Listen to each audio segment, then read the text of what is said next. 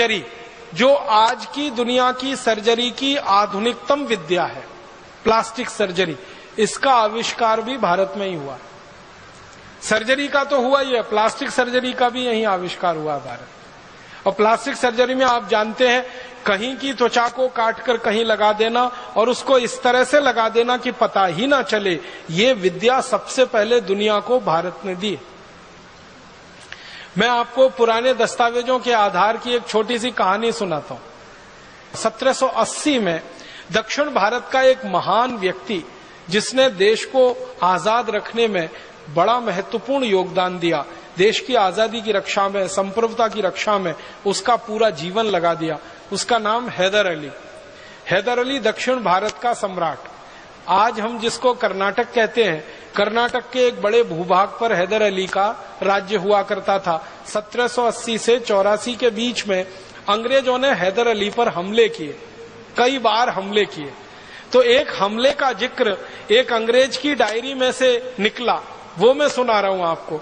एक अंग्रेज आया, उसका नाम था कर्नल कूट, उसने हैदर अली पे हमला किया और ये 1780 की घटना है। उस हमले में हैदर अली ने अंग्रेजों को परास्त कर दिया।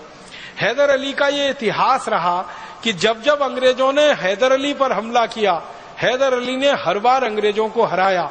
एक बार भी अंग्रेज कभी उससे जीत नहीं पाए, एक बार भी नहीं जीते। हर बार आते थे, हमला करते थे, हार के चुपचाप चले जाते थे।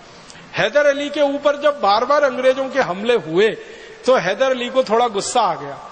तो ये जो कर्नल कूट आया, हमला किया, हैदर अली ने उसको हरा दिया। और चूंकि उसको थोड़ा गुस्सा था अंग्रेजों से, तो उसने कर्नल कूट की नाक काट दी। हमारे भारत में नाक कटना सबसे बड़ी बदनामी होती थी। आप जानते हैं, पूरे रामायण की कहानी नाक कटने की कहानी है। जो सूर्पणखा की नाक न कटी होती तो रामायण नहीं होती।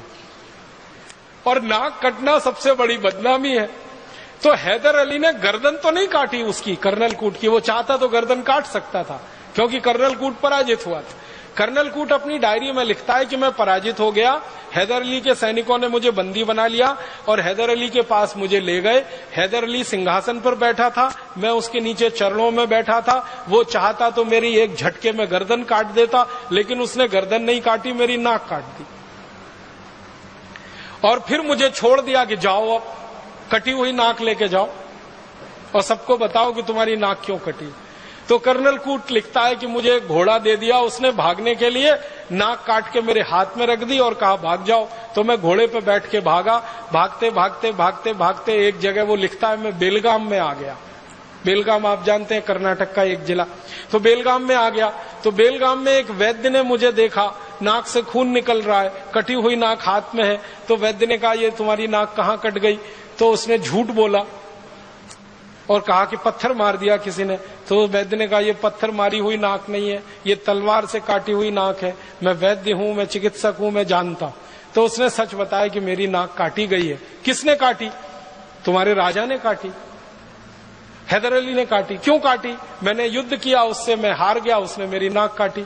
तो वो वैद्य कहता है कि अब तुम क्या करोगे? कटी नाक से इंग्लैंड जाओगे, लंदन जाओगे? कहता है जाने की इच्छा तो नहीं है, लेकिन क्या करूं, जाना ही पड़ेगा।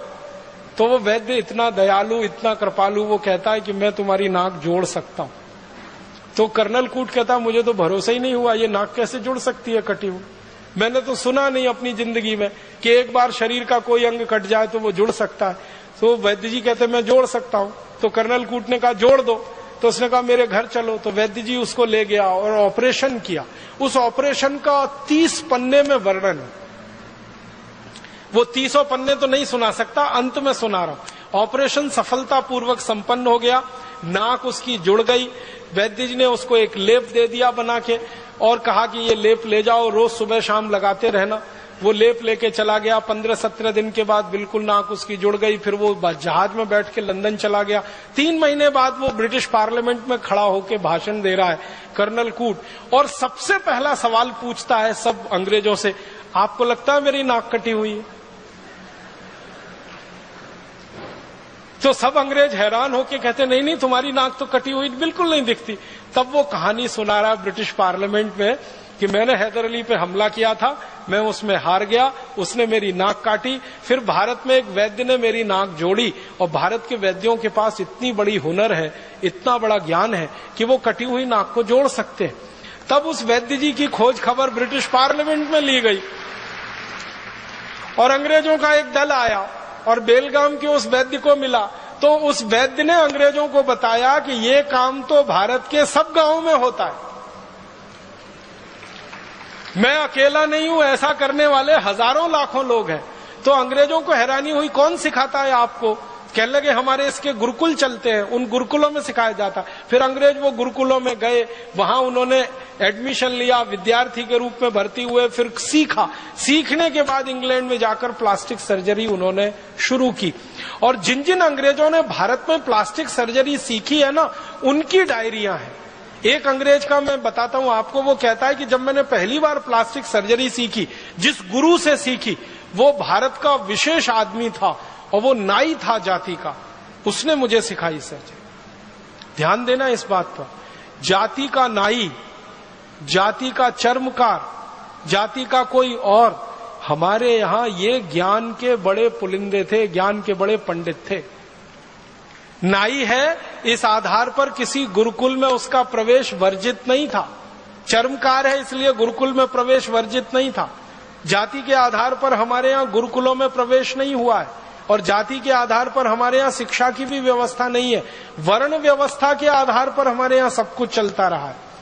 तो नाई भी सर्जन है, चर्मकार भी सर्जन है। और वो अंग्रेज लिखता है कि चर्मकार तो ज्यादा अच्छा सर्जन इसलिए हो सकता है कि उसको चमड़ा सिलना सबसे अच्छे तरीके से आता है। तो शरीर का चमड़ा सिलना हो या जानवर का, बात तो एक ही है। तो हमारे यहां ऐसे लोग सर्जरी सीखते रहे। तो एक अंग्रेज कह रहा है कि मैंने जिस गुरु से सर्जरी सीखी, पूना का किस्सा है वो, पूना में जिस गुरु से सीखी वो जात का नाई था। सिखाने के बाद उसने मुझसे एक ऑपरेशन कराया, और वो ऑपरेशन का वर्णन है। एक मराठा सैनिक है, और ये 1792 की कहानी है। एक मराठा सैनिक है, उसके दोनों हाथ कट गए हैं युद्ध में, और वो उस गुरु के पास आया है कटे हुए हाथ लेकर जोड़ने के लिए। तो गुरु ने वो ऑपरेशन उस अंग्रेज से करवाया जो सीख रहा है, और वो अंग्रेज गुरु के साथ मिलकर बहुत सफलतापूर्वक ऑपरेशन पूरा किया है। और वो अंग्रेज कहता, उसका नाम है डॉक्टर थॉमस क्रूसो। वो अंग्रेज कहता है कि मैंने मेरे जीवन में इतना बड़ा ज्ञान किसी गुरु से सीखा, और इस गुरु ने मुझसे एक पैसा नहीं लिया, फीस नहीं ली। ये मैं बिल्कुल अचंभा मानता हूं, आश्चर्य मानता हूं। और थॉम क्रूसो ये सीख के गया है। फिर उसने प्लास्टिक सर्जरी का स्कूल खोला, और उस प्लास्टिक सर्जरी के स्कूल में फिर अंग्रेज सीखे हैं, और अंग्रेजों ने सीख सीख कर फिर दुनिया में फैलाया है। दुर्भाग्य इस बात का है कि सारी दुनिया में प्लास्टिक सर्जरी के उस स्कूल का तो वर्णन है, लेकिन इन वैद्यों का वर्णन अभी तक नहीं आया विश्व ग्रंथों में, जिन्होंने अंग्रेजों को प्लास्टिक सर्जरी सिखाई थी। और ये क्यों